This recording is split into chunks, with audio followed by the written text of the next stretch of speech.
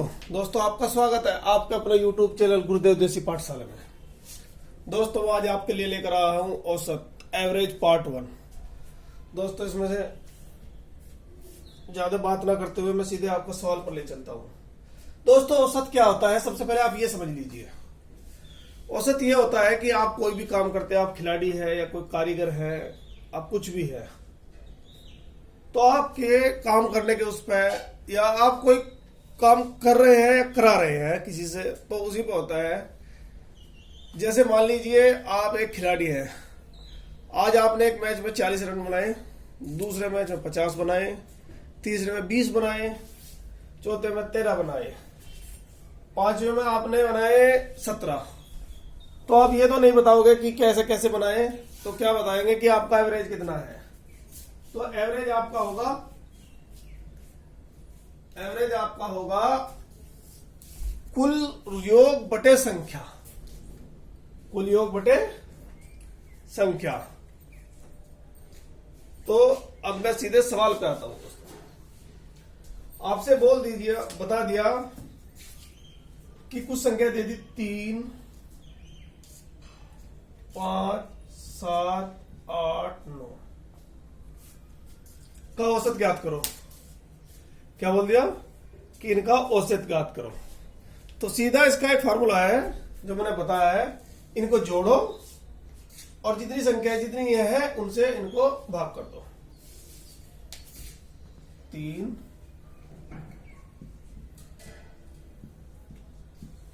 1, 2, 3, 4, 5,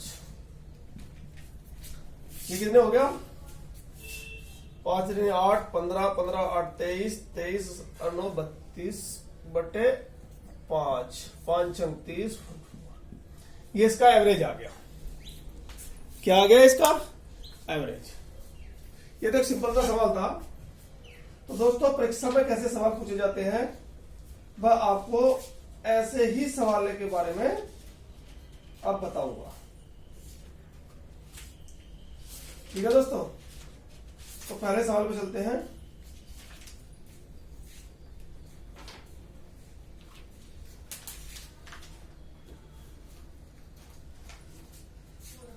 सवाल है 100 तक की विषम संख्याओं का औसत बताओ। क्या है?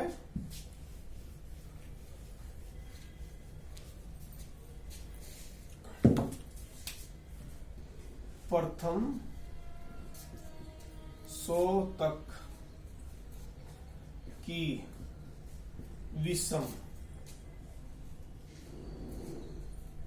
संख्या का औसत क्या होगा? दोस्तों मैंने आपको बताया है अभी कि औसत क्या होता है? संख्याओं का योग बटे संख्या, कुल संख्या। क्या होता है? संख्याओं का योग बटे कुल संख्या। तो विषम संख्या क्या होगी? 1, 3, 5, 7, 9, 11, 13। ऐसे चलते 99 हो जाएंगे। कितनी हो जाएगी? 99 हो जाएंगे। अब दोस्तों एक बात ध्यान रखो, अगर हम इसको जोड़े और फिर जोड़ने के बाद क्या करें? इसको जोड़ने के बाद में हम भाग दे संख्याओं, कुल संख्याओं से, तो फिर तो सवाल एक में ही काम हो गया, दूसरा आपको जरूरत ही नहीं पड़ेगी। तब तक आपसे एग्जामिनर कॉपी ले लेगा। तो इसका क्या होगा? इसका फार्मूला है। अब ये देखो 100 तक की संख्याओं में कितनी विषम संख्या होंगी। 100 तक की संख्याओं में कितनी विषम संख्या होंगी? भाई 1 से शुरू 99 तक खत्म, तो कितनी होगी? मैंने संख्या निकालना आपको बताया था, तो 50 होगी। कितनी होंगी? 50 होगी। विषम भी 50 होंगी और सम भी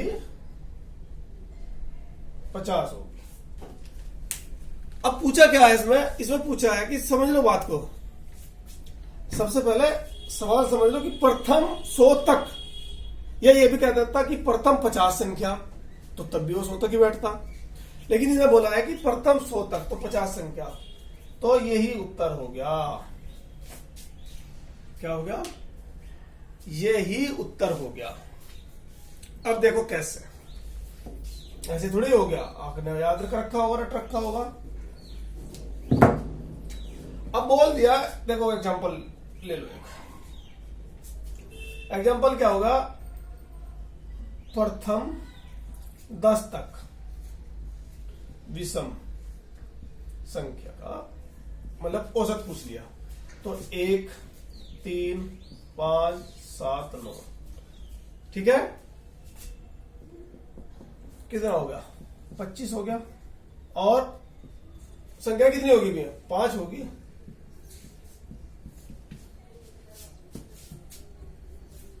समझ में आया? मतलब प्रथम 10 तक की विषम संख्या होगा, तो 10 तक कितनी विषम संख्या है? 5 हुई। तो मैंने भाई यही तो बताया था। और क्या बताया था? कुछ और बताया था क्या आपको?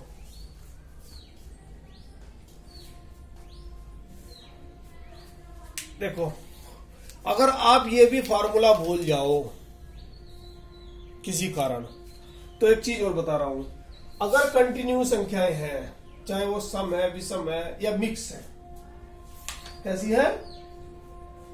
सम है, विषम है, मिक्स है, कुछ भी है, लेकिन कंटिन्यू है, लेकिन आपको पता होना चाहिए कितनी है। तो छोटी प्लस बड़ी भाग 2, एक तो लगातार होनी चाहिए, और आपको पता होना चाहिए कि कितनी संख्याएं हैं। अब देखो,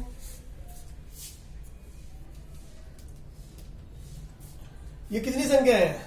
ये लगातार है, क्योंकि हमने विषम का निकालना है। कभी आप बोलो कि 1 से 10 तक का 10 + 1 11, 11/10 करो, तो वो नहीं है, विषम के बारे में पूछ रहा है। तो लगातार विषम तो यही होगी।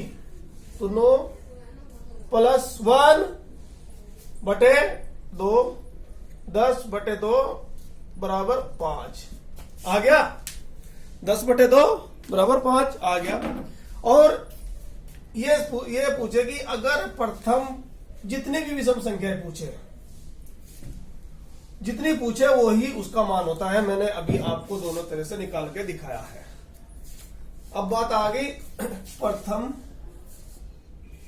n सम संख्या का औसत। प्रथम n सम संख्याओं का औसत, n मतलब कोई भी संख्या ले लीजिए। तो बच्चों n सम संख्याओं का औसत क्या होगा? तो क्या होगा? कुछ नहीं करना आपको, n + 1।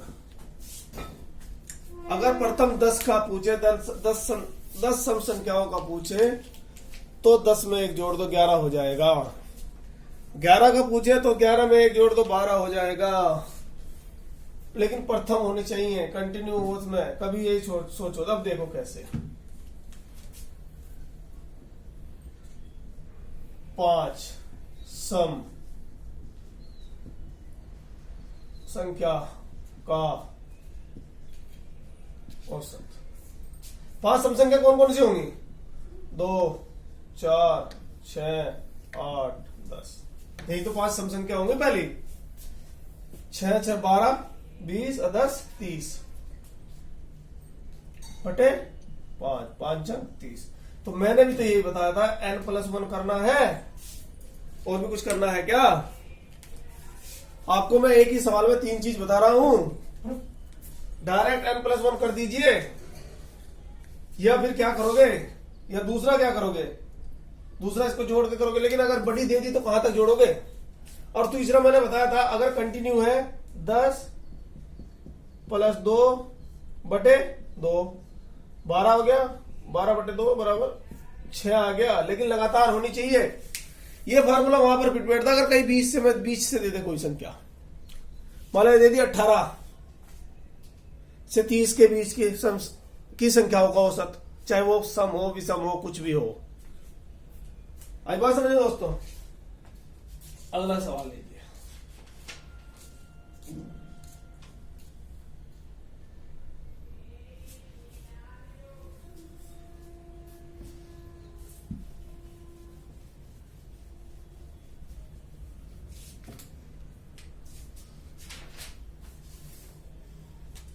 दे दे कि n क्रमागत प्राकृत संख्या या सम या विषम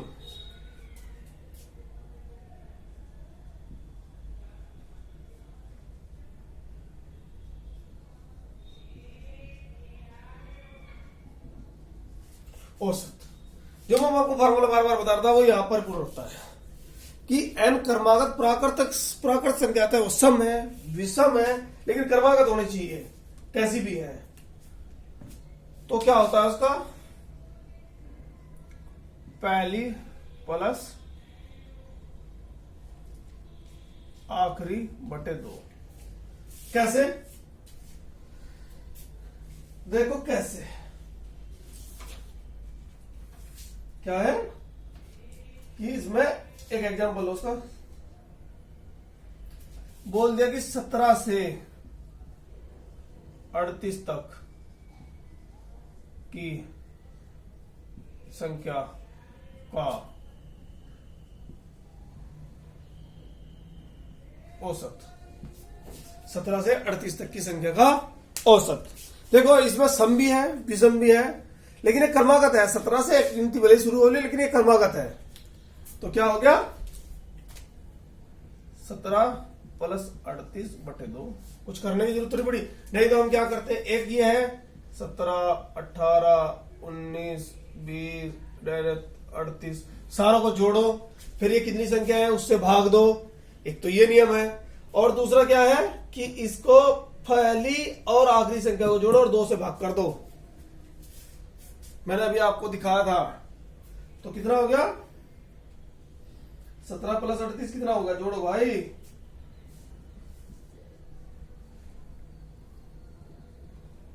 55 बटे 2,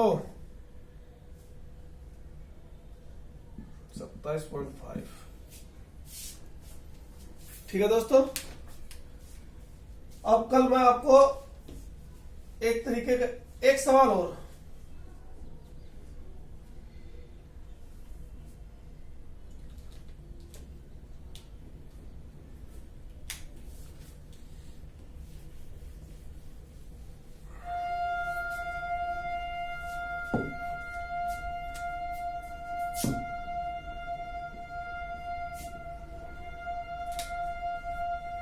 प्रथम n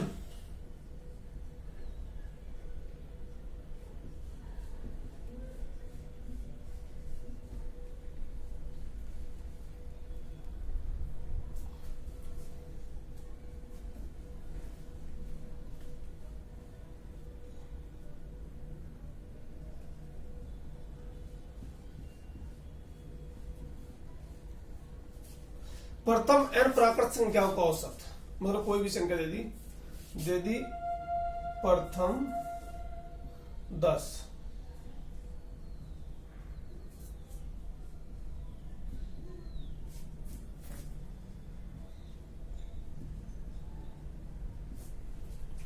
तो 1, 2, 3, 4, 5, 6, 7, 8, 9, 10। अब क्या करेंगे? कुल संख्याएं बटे संख्याओं का मतलब कुल संख्याओं का योग बटे संख्याओं की मतलब कुल संख्या कितनी होगी, तो जोड़ो। 19, 9, 8, 3, 3, 6, 4, 10, 5, 15, 15, 6, 21, 28, 28, 8, 36, 36, 9, 45, 45 का 5 का हासिल लगे 4 और 1 5, 55 बटे।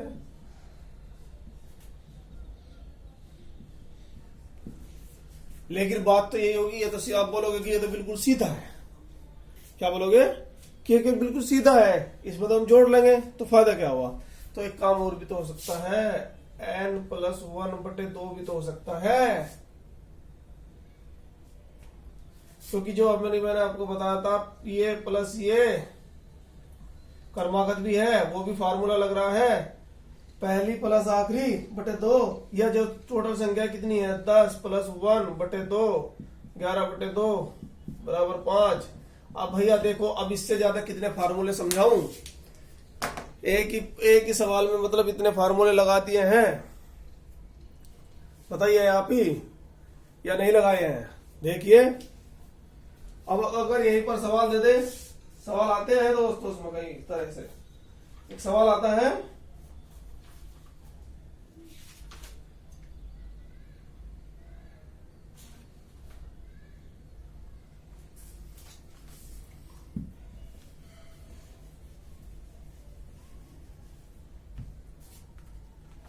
सवाल क्या है कि 1 से 11 तक की 1 से 11 तक सभी संख्याओं के वर्गों का औसत। 1 से 11 तक की सभी संख्याओं के वर्गों का औसत। अब ये वर्ग आ गया, क्या आ गया वर्ग। तो कुछ नहीं करना भाई, सीधा फार्मूला लगाना है, n+1 2n+1/2, कुछ नहीं करना है। कितने तक की 11, मतलब ये n है, n+1 11 + 1 11 दूनी 22 + 1/2 12 × 23/2 कितना आ गया।